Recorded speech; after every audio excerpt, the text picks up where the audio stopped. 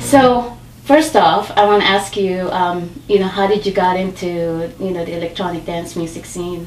I mean, I started listening to hip hop when I was like 14, or I was listening to it, and then eventually I got kind of tired of it, and I found some CDs by like Carl Cox and some trance guys from like New York, really local rave guys. So I picked that up, and then a few months later I started producing on my own. So that's the start. Wow. That was when I was like 15, so it's a while ago, a good 9 years or so. Nice, nice. So what is your take on the trance evolution in this past 2 decades? It's interesting. I mean, I listened, a lot of the first stuff that I listened to was a lot of the hits from like the 90s and like from like 1996 to 2001. So a lot of these old songs that I got into first, as opposed to the trance that was popular at the time. And then later on I started getting more into the Armin van Buuren CDs and Tiesto. So it's usually the opposite. A lot of people go with Armin and Tiesto first, and then they get into the sort of other stuff. So in that case, I started there and kind of watched it grow into something really interesting. So tell me, what is your overall vision of your sound? I just want to do something different. I want to incorporate a lot of instruments. Like you'll notice, I don't put an emphasis on like too many like too technical things as far as production. I put a lot of like guitar noises and pianos and little vocal chopped things and a lot of different things that are more kind of come from rock music than trance music. So I don't like to do it focus it like too much on these synthesizer sort of sounds and all that stuff. I like to add a little bit of a live element to it. So when you're on deck playing, what is it that you wanted to communicate to your fans out there? I think like a successful set is really starting from a low point, something like smooth, something maybe a little bit more simple, and then by the end of the set, just really hammering it out. And that's what I try to do in every set that I can, if I have the right amount of time. And some of my favorite DJs, I think, achieve that. For example, Marcus Schultz likes to do that. He starts off from a very like progressive point, and then by the end of the night, it's just crazy. And that's what I try to do. So that's as far as what my vision for DJing is. It's kind of establishing a journey from point A to point B. Cool. So why did you choose the name DJ Echo? It's pretty simple. Curious.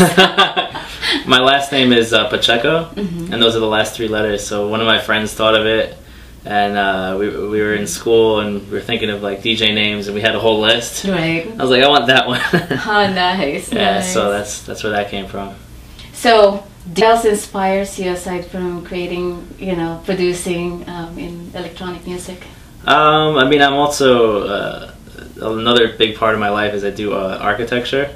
Oh, nice. So I'm a part-time architect, or full-time architect actually, part-time DJ.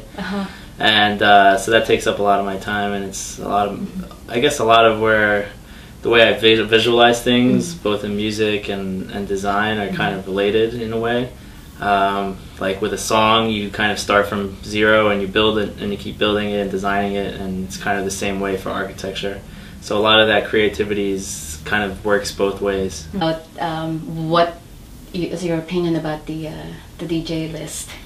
I know it's been talked about so many times, since the release of the top 100, DJ of this year. So what is your opinion on that?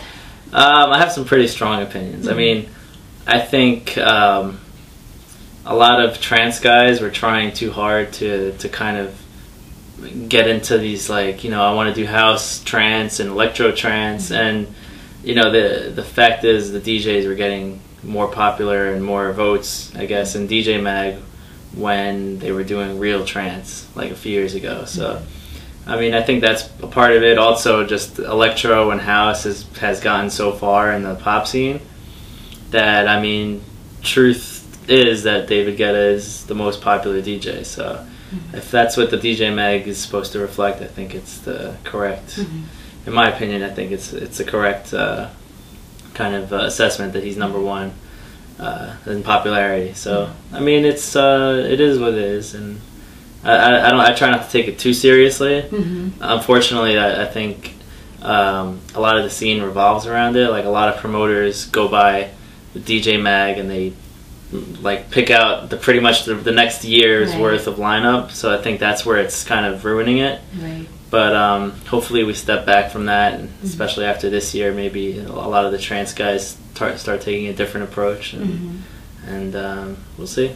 Right. Do you have any big plans next year, or any new releases coming up in the next few months? Yeah, I've been really busy this past month and a half, actually, just making a lot of songs.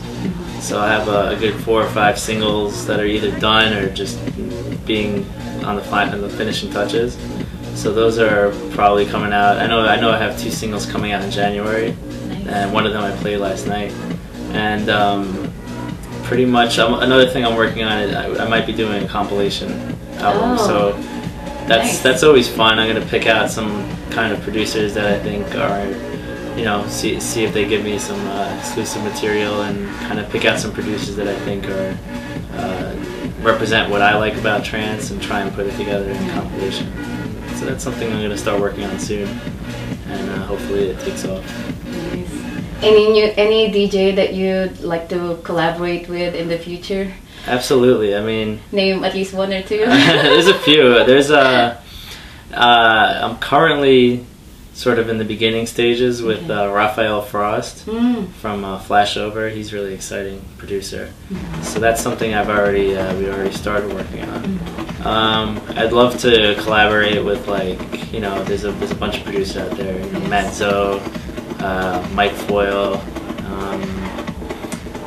I think I'm actually working on some other things with Breakfast too. So we have the song that just came out, but we're also working on a few other things. So he's a lot of fun to work with. We're good friends, and we have a good understanding of what we both like in music. So it's always fun when we get together and work on something. So that's something to work on in 2012. So one last question. Yes. What's the most memorable place that you've ever played in, or a gig that you did that it's most memorable for you? Well, there's 2 for me. Oh, there's 2? Yeah, for different reasons. Okay. The first one is State of Trance 450 in New York. I mean, you'd think I'd say 500 because that was bigger and it was in the Netherlands, but it was New York. For me, it was more special because a lot of the people in the front were like people who've been supporting me for years before anyone knew me. So it was great to see a lot of people that have been going to support me for a few years.